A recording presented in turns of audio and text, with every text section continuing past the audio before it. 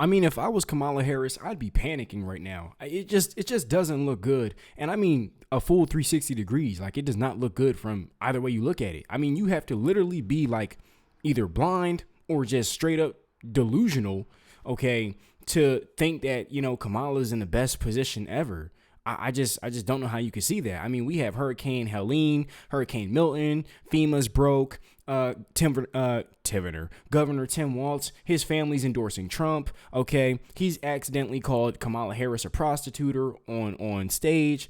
And then you have him versus J.D. Vance. He fumbles. It looks a hot mess. Okay, on top of that, you have Biden stumbling around on his words during the Trump debate. Okay, Trump is dodging bullets. Kamala's dodging interviews. Biden's dodging and coughing. Biden's talking about running back in the race. The whole thing is just a mess, okay? For a second, I thought I was watching, like, The Purge or something. Well, actually, no, that's not really a good movie. I was really thinking of Independence Day. Have you ever seen that movie, Independence Day? That's kind of what I was thinking of. That or 2012. But yeah, not The Purge. I take that back. But anyways, yeah, shout out to the 5. We're going to get into this. There's always something crazy going on this show. So yeah, be sure to like, comment, and subscribe, and welcome to the King Squad. This is the best reaction channel on YouTube. If nobody told you guys today, you guys are awesome. I appreciate each and every single one of you guys. I hope everybody's making their money legally and drinking their water. Okay, it's a beautiful day today, whatever time you're watching this.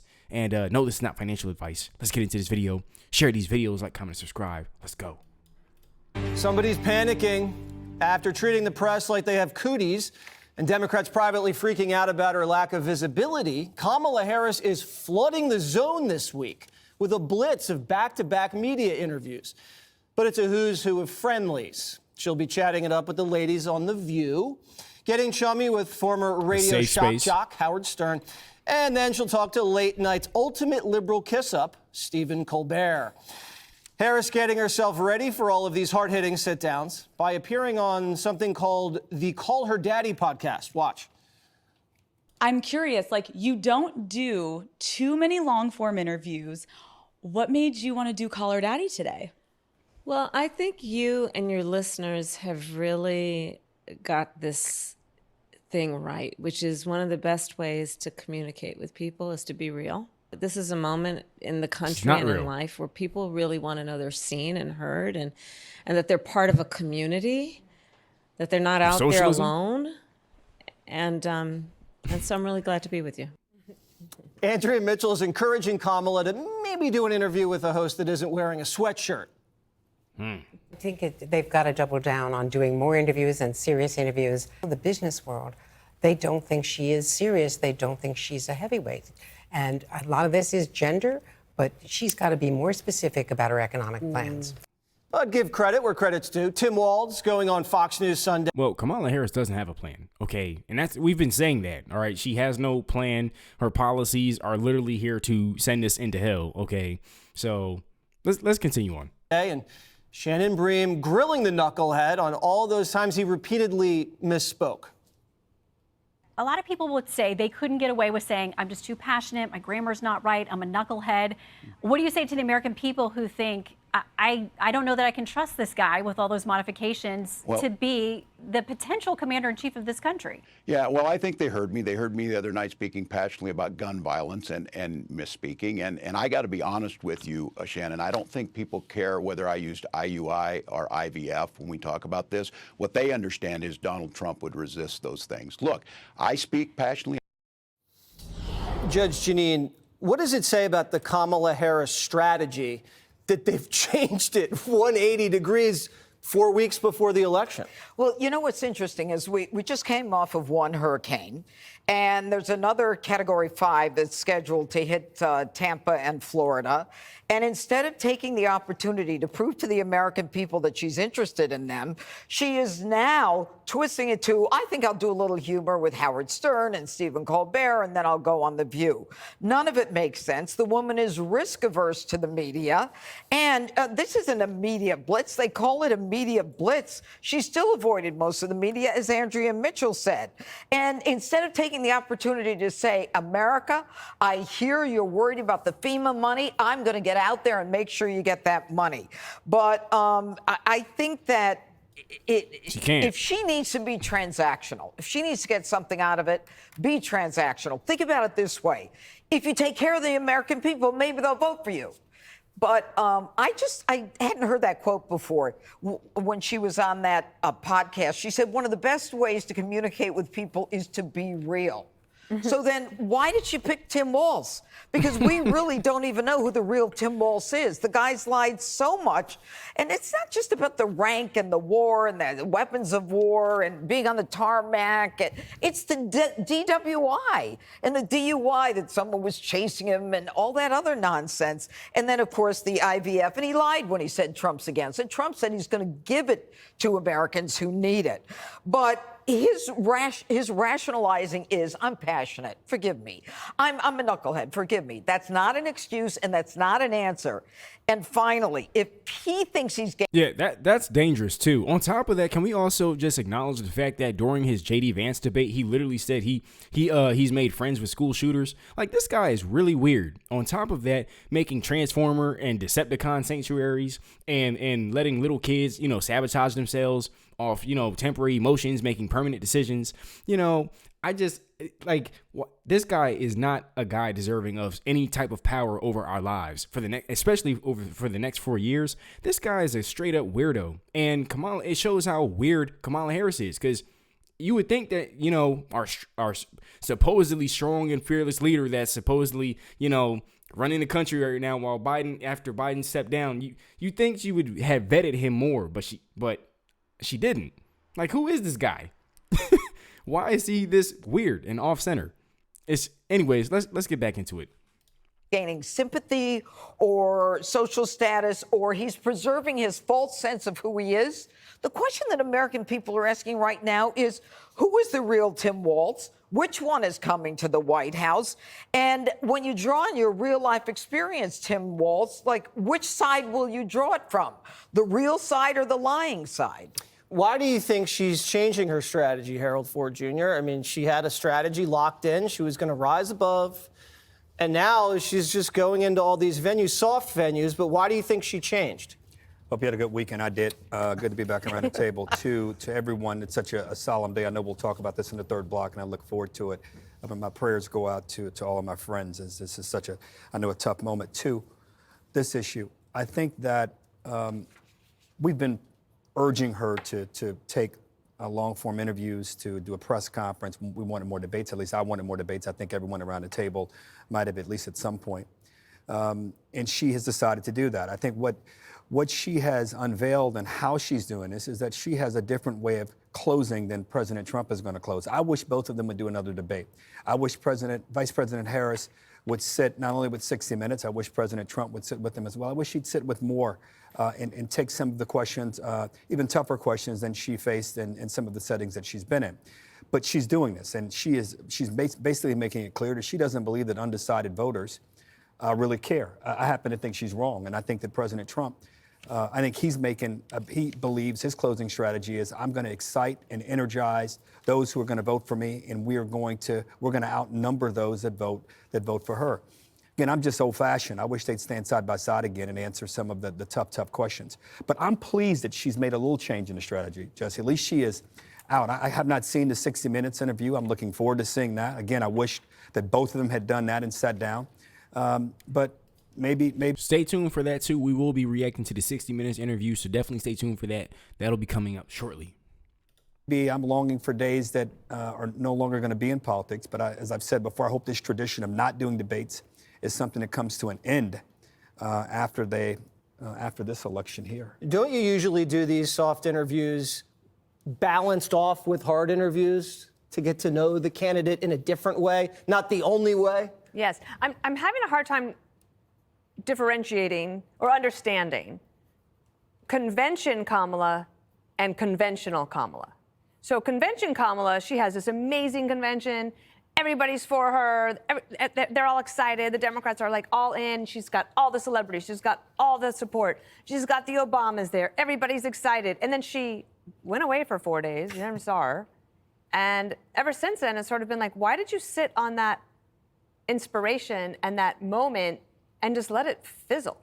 So now, pretty much, people make fun of it, saying any question they get, well, first of all, I was raised in a middle-class family.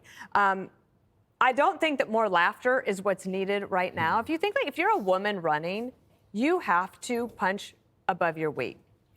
And this is not punching above your weight. This is going to places where you think you are going to be safe. Now, I can imagine on November 6th saying either that was a brilliant strategy in retrospect or that's the reason she lost. I'm not exactly sure how it's going to turn out. I do remember when Obama did Between Two Ferns, and it was a new show, and we're like, what in the world is that? And why is he doing that? But there was a part of me that thought, what do they know that we don't know? Like, is this going to actually work for them?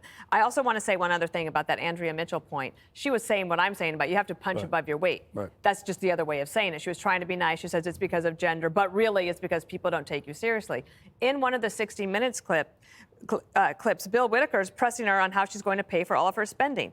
And she's going on and on. They definitely tried to turn it into a whole gender war. They definitely tried to do that. And that's just to create more division. And, you know, when I think of that, I think of, you know, a house divided against itself cannot stand. I personally believe that these are the times that we need to be standing closer together. And if anything, it's when I think about family is something that can overcome everything. But due to the demonic attacks on family and all this other kind of stuff, and the nuclear family, and, you know, things are just forces trying to torpedo family and all that kind of stuff. It's, you know, it's easier to control people. That's kind of how I see it, you know. So they'll try to make it a race war. They'll try to make it a gender war. They'll try to make it a class, all this other kind of stuff, kind of war. But at the end of the day, I personally think that it's on purpose to create this division to get people riled up so that, you know, it's easier to control the masses.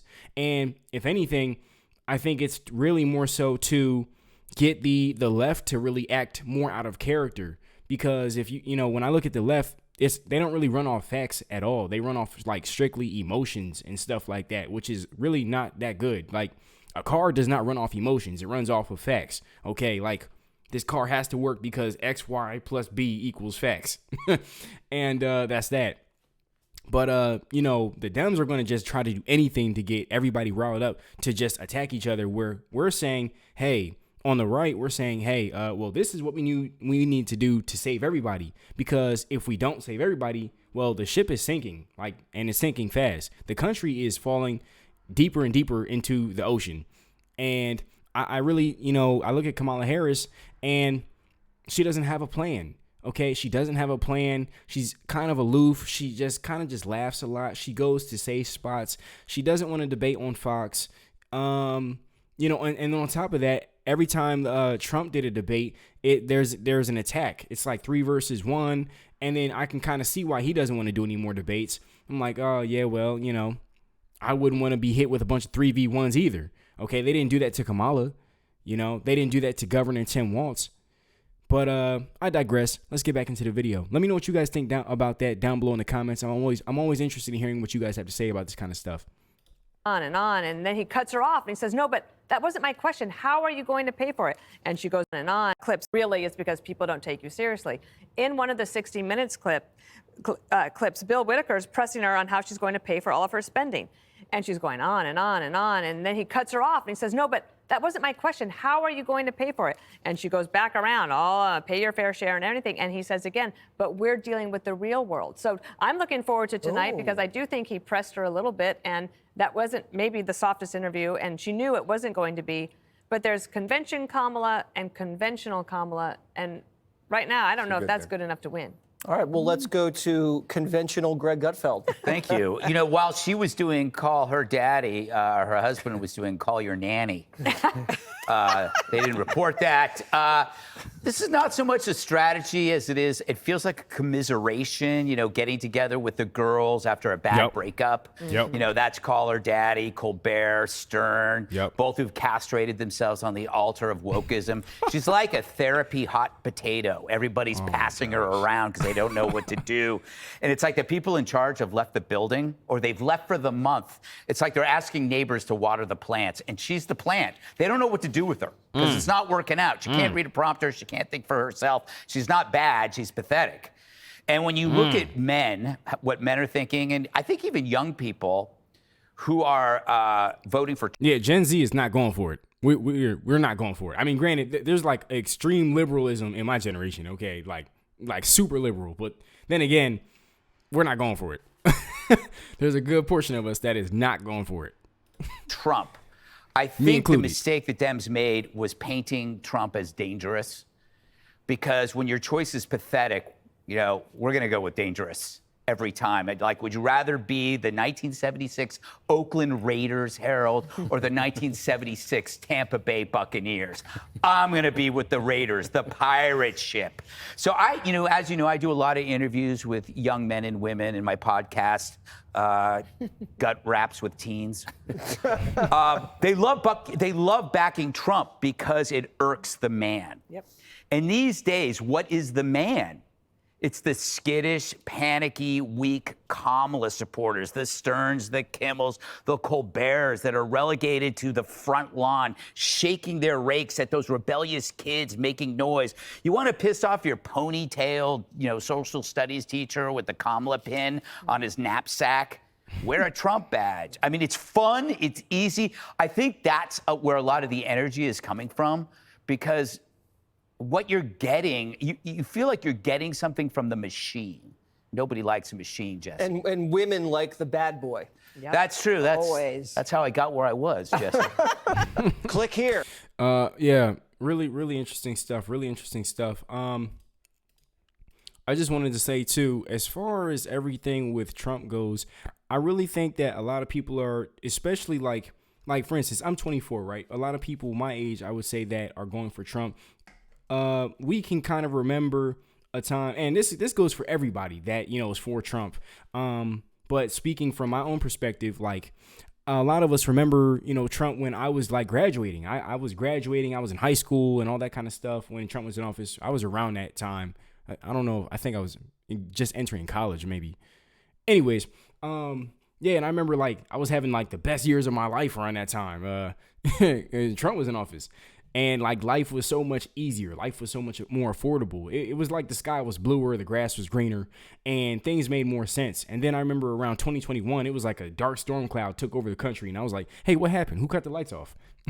Why did life seem like it got harder all of a sudden? That was kind of where my head was at, because I really didn't pay attention to politics. And I was kind of confused, and I kind of just wanted to keep the peace. But nah, you got to take a side. You got to take a side. All right, it's just the way it is. And I definitely don't stand with what the left is pushing, okay? Yeah, so that's that. Let me know what you guys think about, Trump being in office versus Biden being in office. What are your core memories? And where do you think Kamala would lead the country say she got in? How do you think Kamala is doing right now with, her response to the hurricanes, all this kind of stuff? And yeah, how do you feel about Trump's response during with this hurricane situation? And how do you think they're really doing with just running? Do you think Trump is remaining strong, and pushing forward? Do you think Kamala's doing an excellent job, or do you think Trump is doing horrendous, or do you think Kamala's doing horrendous? Let me know down below in the comments. As always, be sure to like, comment, and subscribe. I appreciate each and every single one of you guys. Shout out to the King Squad, the King Squad family, and the King Squad elites. You guys are the bomb.com, and don't let anybody tell you guys any different. I'll see you guys in the next one. Peace.